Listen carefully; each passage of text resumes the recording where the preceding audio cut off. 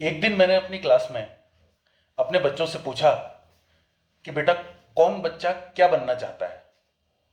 किसी बच्चे ने बोला, सर मैं डॉक्टर बनना चाहता हूँ। किसी बच्चे ने बोला, सर मैं इंजीनियर बनना चाहता हूँ। किसी ने कुछ, किसी ने कुछ। अच्छा, फिर मैंने उनसे दोबारा क्वेश्चन किया। मैंने बोला, बेटा तुम इंजीनियर क्यों बनना चाहते हो, या तुम डॉक्टर क्यों बनना चाहते हो। तो उन्होंने बोला कि सर मैं इंजीनियर इसलिए बनना चाहता हूँ क्योंकि मैं बहुत पैसा कमाना चाहता हूँ। किसी ने बोला, सर मैं डॉक्टर इसलिए बनना चाहता हूँ क्योंकि मैं अपने माँ बाप का सपना पूरा करना चाहता हूँ। किसी ने बोला, सर मैं लॉयर इसलिए बनना चाहता हूँ कि मैं दुनिया वालों को दिखाना चाहता हूँ कि मैं क्या कुछ कर सकता हूँ। ये सब बातें तो ठीक हैं, लेकिन मैंने फिर उन बच्चों को समझाया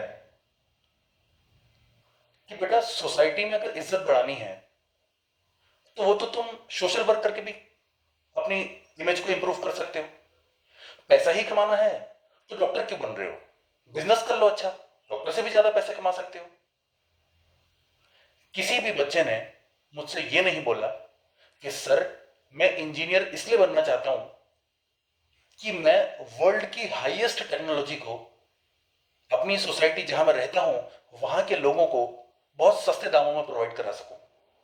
किसी भी बच्चे ने मुझसे ये नहीं बोला कि सर मैं डॉक्टर इसलिए बनना चाहता हूं ताकि मैं गरीब लोगों का फ्री में इलाज कर सकूं, मैं किसी मरते हुए को बचा सकूं। एम डॉक्टर बनना इसलिए नहीं है कि मैं सोसाइटी के काम आऊं। एम डॉक्टर बनना इसलिए है या इंजीनियर बनना इसलिए है कि मैं पैसे कमाऊं, अपने माँ बाप का सपना पूरा करूं, लोग देख के सब वाहवाही करें। लेकिन ये गलत है। सही मायने में आपका जो एम है वो पैसा कमाना है, इंजीनियर बनना नहीं है। आपका एम सोसाइटी को साबित करना है, डॉक्टर बन के लोगों की सहायता करना नहीं है। एक सक्सेसफुल इंसान वो है जो अपने आसपास सराउंडिंग में लोगों को देखते हुए, उनकी प्रॉब्लम्स को सॉर्ट आउट करते हुए सोसाइटी को अपने साथ आगे बढ़ाए। मैं आपको एक एग्जांपल देता हूं, बहुत अच्छे ढंग से समझाने की कोशिश करता हूं। मेरे ख्याल से जितने बच्चों की साइंस है, एल्बर्ट आइंस्टीन का नाम तो सभी ने सुना होगा। सुना है ना? एल्बर्ट आइंस्टीन का नाम सभी साइंस साइंस वालों ने तो कम से कम सुना होगा। अब एल्बर्ट आइंस्टीन, जब उनके लाइफ में इतने चैलेंजेस आए, लेकिन फिर भी उनका सपना पैसा कमाना या उनका सपना फेम कमाना नहीं था। जब वो एल्बर्ट आइंस्टीन बहुत छोटे थे, छोटी एज में, जब वो बच्चे थे, तब वो स्कूल में कई सब्जेक्ट में फेल हो जाते थे, फिफ्थ क्लास तक। लोग उन्हें बुद्धू बोलते थे, उनके टीचर्स उनको क्रिटिसाइज करते थे, उनके रिश्तेदार, उनके रिलेटिव्स सब ये मानते थे कि ये बच्चा कुछ नहीं कर सकता। क्या उन्होंने स्ट्रगल नहीं किया उस एज में? ये तो चलो छोटे एज की बात है।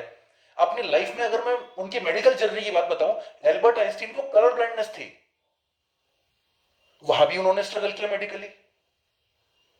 अच्छा, और जब एल्बर्ट आइंस्टीन बहुत फेमस हो गए, बहुत बड़े साइंटिस्ट बन गए, वो देश विदेश अपने सेमिनार करने के लिए टूर में जाते रहते थे।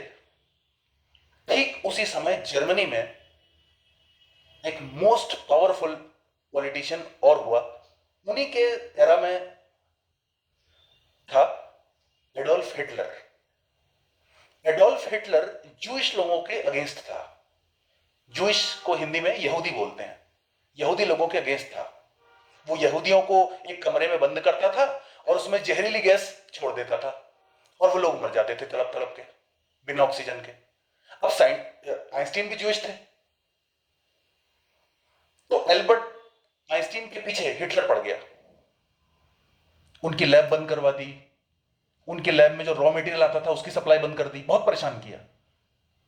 अब तुम खुद देखो, एक इंसान जो यूनिवर्स को समझा रहा है, एल्बर्ट आइंस्टीन यूनिवर्स को समझा रहे हैं लोगों को, वो भी उसी एरा में थे, उनका आईक्यू बहुत स्ट्रांग था। एडोल्फ हिटलर भी कोई मूर्ख नहीं था, उसका आईक्यू आइंस्टीन के बराबर का नहीं था, लेकिन नॉर्मल ह्यूमंस के मुकाबले एडोल्फ हिटलर का भी अच्छा खासा आईक्यू था। एक यूनिवर्स को बना रहा है, एक यूनिवर्स में क्रुएल्टी फैला रहा है। एल्बर्ट आइंस्टीन अपनी जगह को छोड़ के United states of America shift हो गए। उनका स्ट्रगल देखो तुम, लोगों ने उनका अच्छा फेस देखा है, उनको नोबेल प्राइज मिला, लोग उनकी बहुत इज्जत करते थे। जो तुम भाग रहे हो ना, हम डॉक्टर बनेंगे, इंजीनियर बनेंगे, हमें इज्जत मिलेगी, बिना स्ट्रगल के कुछ नहीं है। आपका मोटिव मैनकाइंड के लिए अच्छा काम करना होना चाहिए। उनके स्ट्रगल देखो तुम, इतने महान साइंटिस्ट थे, वो यूनाइटेड स्टेट्स ऑफ अमेरिका भाग गए, वहां जाके उन्होंने अपनी लैब सेटअप करी। उनको कितना स्ट्रगल हुआ होगा अपनी जगह छोड़ के दूसरी जगह जाना, और उनकी जान के पीछे हिटलर पड़ा था। सोचो, क्या उनके लाइफ में चैलेंजेस नहीं आए? एक बार एल्बर्ट आइंस्टीन को, जब वो यूनाइटेड स्टेट्स ऑफ अमेरिका में अपनी रिसर्च कर रहे थे, उनको ऐसा फील हुआ कि शायद हिटलर और उसकी टीम एटम बॉम्ब की डिस्कवरी कर रहे हैं, एटम बॉम्ब बना रहे हैं। उनको ऐसा एहसास हुआ आइंस्टीन को, और उसी समय उन्होंने एक लेटर लिखा उस समय के अमेरिकन प्रेसिडेंट को कि मुझे शक है, I am in a doubt that Hitler and his team is engaged in making atom bombs which is very dangerous to humankind. अब अमेरिका हिल गया रातों रात। और मजे की बात, अमेरिकन प्रेसिडेंट ने एल्बर्ट आइंस्टीन के सामने ऑफर रखा कि हम आपको करोड़ों लाखों बिलियन डॉलर्स देते हैं, आप एटम बॉम्ब बनाइए। और हिटलर तो आपका दुश्मन है ही, आप एटम बॉम्ब बनाइए, हम जर्मनी में अटैक करते हैं, एटम आप ही के बनाए हुए एटम बॉम्ब से आप ही के दुश्मन को मार देंगे, और उसके बदले में आपको खूब सारा पैसा भी देंगे। अब फिर उस महान साइंटिस्ट के बारे में सुनो। उस महान साइंटिस्ट ने मना कर दी, उसने कहा मेरे को अपनी जान की परवाह नहीं है, मेरी लाइफ तो स्ट्रगल रही है, मैं आज अगर एटम बॉम्ब की डिस्कवरी कर दूंगा, मैं जानता हूं कि मैं एटम बॉम्ब बना सकता हूं, अगर हिटलर एटम बॉम्ब और उसकी टीम एटम बॉम्ब बना भी रही है, उनसे जल्दी मैं बना सकता हूं क्योंकि मैं तो साइंटिस्ट हूं, लेकिन फिर भी मैं एटम बॉम्ब नहीं बनाऊंगा, क्योंकि आज मैं एटम बॉम्ब बना के अगर कल को मर जाऊंगा तो वो एटम बॉम्ब लोग या कंट्रीज एक दूसरे के ऊपर फेंक फेंक के पूरी मानव जाति का विनाश कर सकती है, आने वाली नस्लें खराब हो सकती हैं लोगों की। और उसने लाखों करोड़ डॉलर का ऑफर रिजेक्ट कर दिया, है ना? तो इससे हमने क्या सीखा? क्या पैसा ही सब कुछ है? नहीं, पैसा सब कुछ नहीं है। अगर पैसा ही सब कुछ होता तो आइंस्टीन की लाइफ में भी पैसा कमाने के बहुत सारे ऑप्शन आए थे, लेकिन उन्होंने किसको वैल्यू दी? ह्यूमैनिटी को, अपने एथिक्स को, अपने इंटेलेक्चुअल को। इसलिए मेरा भी सभी बच्चों से यही कहना है कि अगर आप पढ़ाई कर रहे हैं तो आप अच्छी पढ़ाई तभी कर सकते हैं।